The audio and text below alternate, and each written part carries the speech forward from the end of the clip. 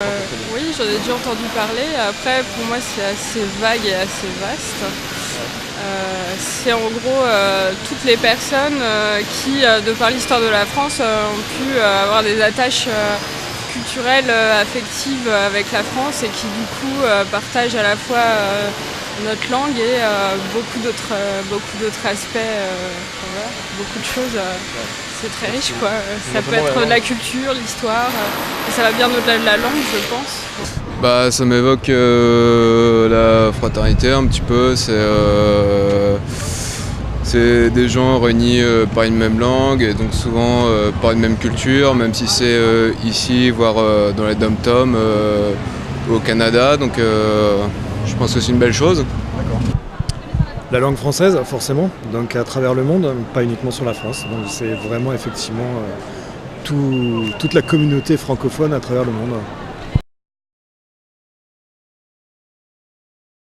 Alors je connaissais pas le nombre exact, mais ça m'étonne pas trop. Je me doutais qu'il y en avait plus de 50. Déjà je pense qu'il y a pas mal de pays, je sais pas, donc du coup il y a la francophonie, donc du coup il va y avoir le Québec je pense, la France, la Suisse, la Belgique, qui sont pas de nous. Après je sais pas, ça va être les dom-toms, après certains pays d'Afrique j'imagine. Et puis voilà, après comme ça c'est les premiers qui me viennent en tête, j'en ai pas vraiment d'autres mais. Je dirais quelque chose comme 5 j'imagine, peut-être même un peu plus. Beaucoup plus. 77 pays. 77 Ah oui, effectivement. Question, j'en ai pas vraiment d'idée, je dirais une trentaine, mais 77. voilà. Est-ce que ça vous étonne Non, pas du tout. Je sais pas, le Bénin par exemple. Ouais. Vous voulez combien de pays? Alors, il y en a plein. En Amérique du Nord. Alors, en Amérique du Nord, le Canada, c'est facile. Je me jette sur les exemples faciles. Oui, après en Europe, je sais même pas s'il y en a d'autres en Europe qui seraient dans la francophonie. En Europe, Parce qu'en fait, ils ont peut-être des identités déjà tellement affirmées et tellement différentes les uns des autres que du coup, je sais pas s'il y a d'autres pays européens qui rentrent dans la francophonie.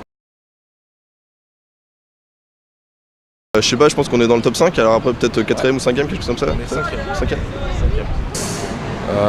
Là peut-être 5ème par contre. Bien joué, bravo. On doit être quatrième, j'imagine. Sur un classement. Là je suis étonnée, donc je dirais peut-être le top 5. Ouais, bien. Ouais. Quatrième peut-être. 4ème, non, on est 5ème. Cinquième. Ah. 5ème. Je m'y attendais pas autant.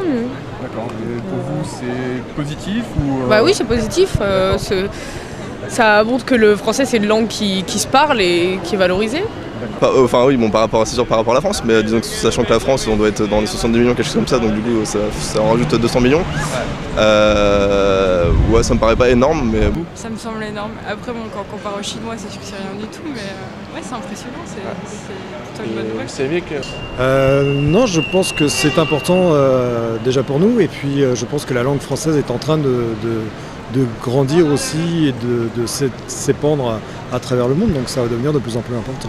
En plus, ça véhicule une image aussi, des valeurs et une histoire, donc c'est extrêmement important.